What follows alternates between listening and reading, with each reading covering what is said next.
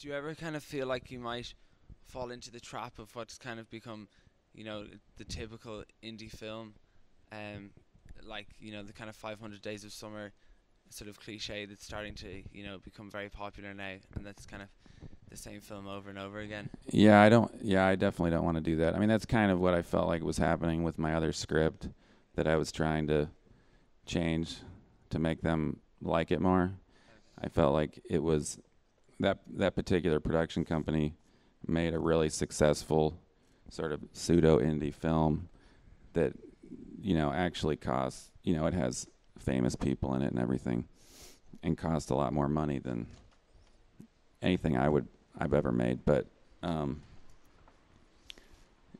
they basically just keep trying to make that same movie over again because they made so much money on it. But yeah, I definitely don't want to start making the formula indie film. I would like to ask to Stephen Gaydos his personal experience in order to be a producer, because Monty Hellman, of course, is a very famous name, but it's not so easy, I suppose, to impose him nowadays. You know everyone in the Hollywood system, of course, because of your work, but it's not so easy, maybe, even now, even for you, even for Monty, to build a project.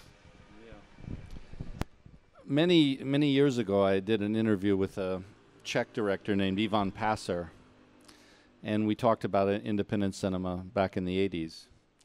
And he said something that I'll quote.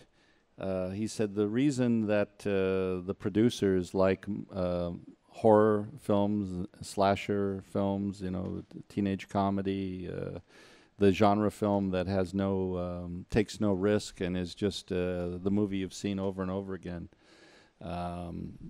He said because they give the producer no sleepless nights. There's no fear that we're not sure what's going to happen if people will like it. I am always impressed when someone makes something somewhat different and takes a risk with a filmmaker and then wins very big, like with what Bob Shea at New Line did with Peter Jackson. He took a filmmaker who had only made these three pretty small films, and when Peter Jackson made a slightly bigger film, The Frighteners, it was a failure. So he took this director from Australia, New Zealand, and said, here's $300 million. I'm giving you more money than anybody ever got to make Lord of the Rings. This book that they tried once, 40 years ago to make. And, of course, the big victory of Lord of the Rings, the Oscars and the billions of dollars, that kind of risk. I'm sympathetic to the people with money who don't want to be up in the middle of the night worrying. I'm sympathetic to that. However, I'm not sure why someone would be in the film business if they didn't want to make something interesting, because to me, I'd go do something else. If you just want to make money, there's a lot easier ways to do it and a lot less risk. Why would you make films if you didn't want to express something and communicate, and if you didn't want to take some risk of creating something new and adventurous? If you're not an adventurous person, a creative, adventurous person, why would you be in this business? It would be very boring. So, no, as soon as you make...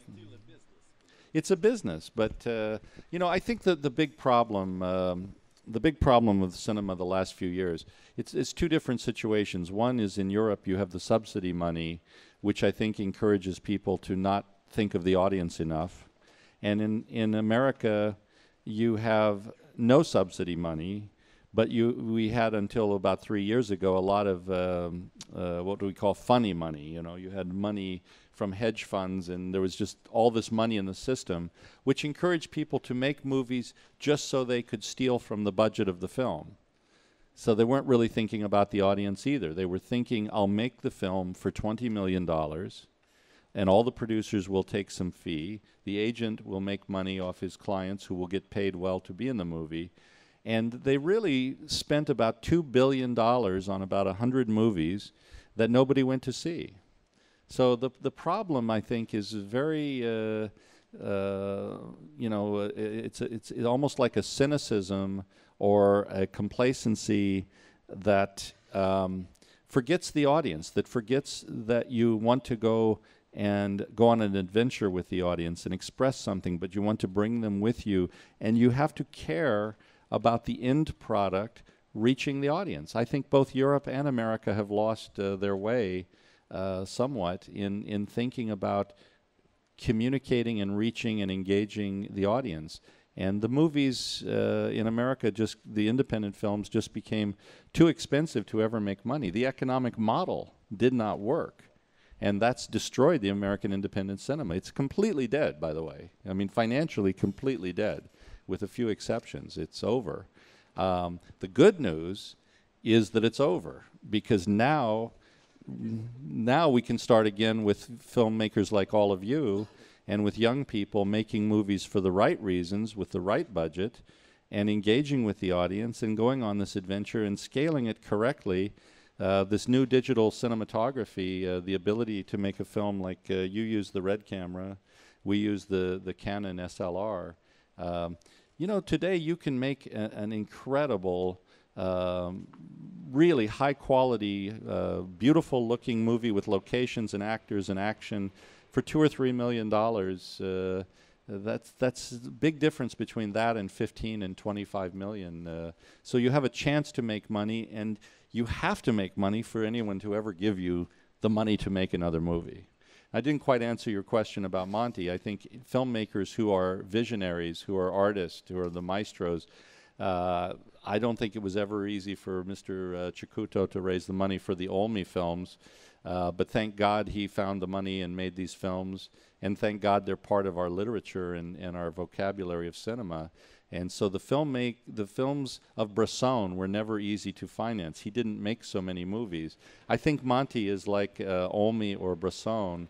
Those movies have never been easy, and everybody is happy that we have